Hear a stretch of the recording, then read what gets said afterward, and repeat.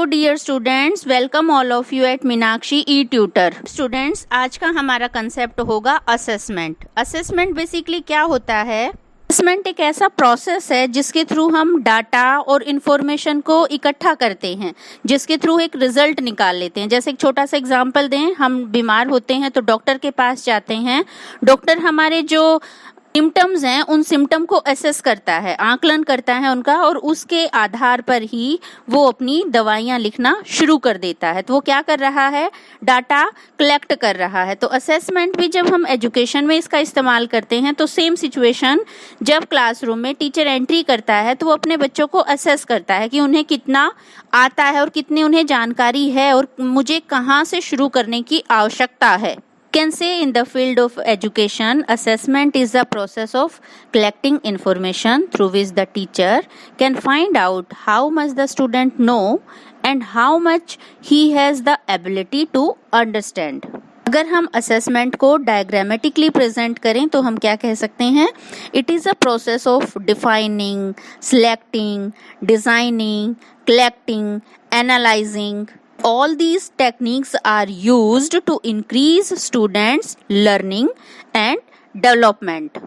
अगर हम इसको एक सिंपली एक डेफिनेशन दे तो हम क्या कह सकते हैं कि असेसमेंट जो है, जिसके थ्रू स्टूडेंट से टीचर इंफॉर्मेशन कलेक्ट करता है, और वो इंफॉर्मेशन के जो कलेक्ट करने के तरीके हैं वो बहुत अलग अलग हो सकते हैं। जैसे असाइनमेंट, परफॉर्मेंस टेस्ट हो सकते हैं, या सिंपली क्लास टेस्ट हो सकते हैं, या बच्चों की ऑब्जर्वेशन की जा सकती है, या बच्चों का फीडबैक लिया जा सकता है। तो उस आधार पर बच्चे को हम असेस कर सकते हैं कि बच्चे को कितना और सिखाने की आवश्यकता है।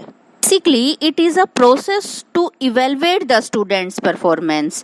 जब क्लास में टीचर एंट्री करता है तो वो 4 स्टेजेस से होकर गुजरता है। वो 4 स्टेजेस क्या हैं? सबसे पहले वो प्लान करता है, फिर कोई भी प्लान को आगे डूइंग प्रोसेस में लेकर आता है, एंड देन चेक करता है और एक्ट उसके अकॉर्डिंग अपना परफॉर्मेंस तैयार करता है। आधार पर हम क्या कह सकते हैं? Assessment is a process which follow a set of 4 component.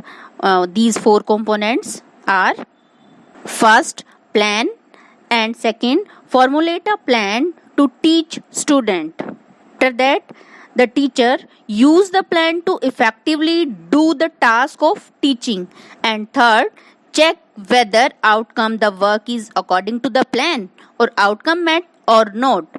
Lastly, teacher को पता लग जाता है कि उसके गोल या उसका जो ऑब्जेक्टिव है वो अभी पूरा नहीं हुआ है, तो वो उसके अकॉर्डिंग एक्ट फॉलो करने लगता है, या अपने टीचिंग स्ट्रेटजी या मेथड्स को दूसरी तरीके से चूज करता है।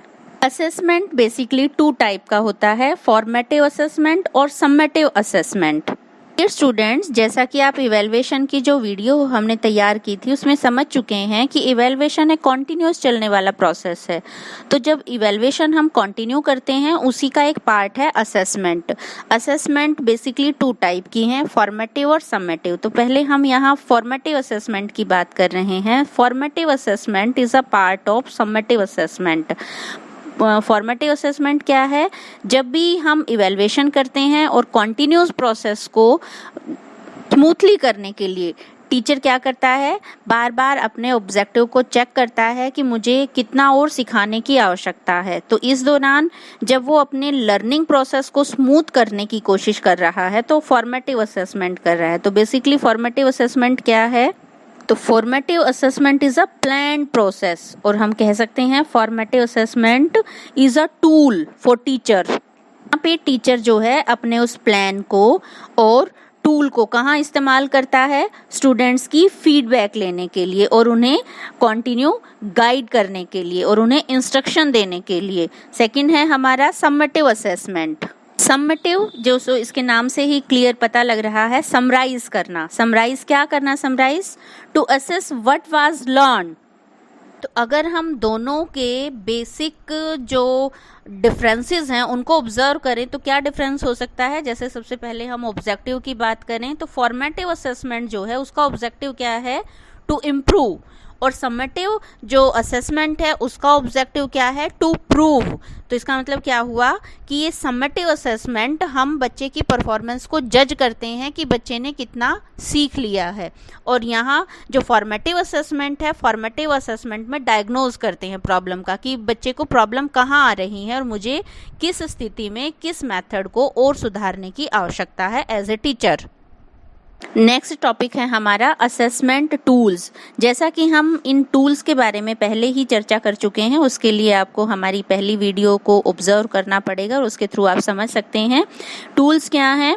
ऑब्जर्वेशंस हैं, चेकलिस्ट है, रेटिंग स्केल्स है, पोर्टफोलियो है, interview, project, test, examination, quiz.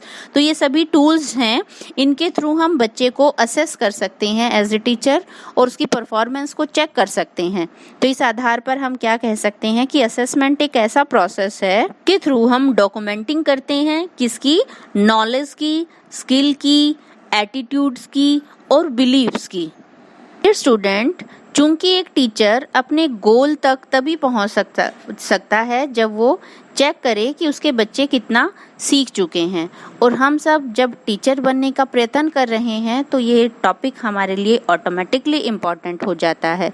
तो आज के इस कॉन्सेप्ट में हम अपनी चर्चा को यहीं समाप्त करते हैं। अगर आपको ये वीडियो अच्छा लगता है तो प्लीज़ इसे लाइक करें, कमेंट करें, शेयर करें और सब्सक्राइब करना ना भूलें, ताकि आपको कमिंग जो अपडेट्स हैं वो साथ साथ मिलती रहें। Thank you.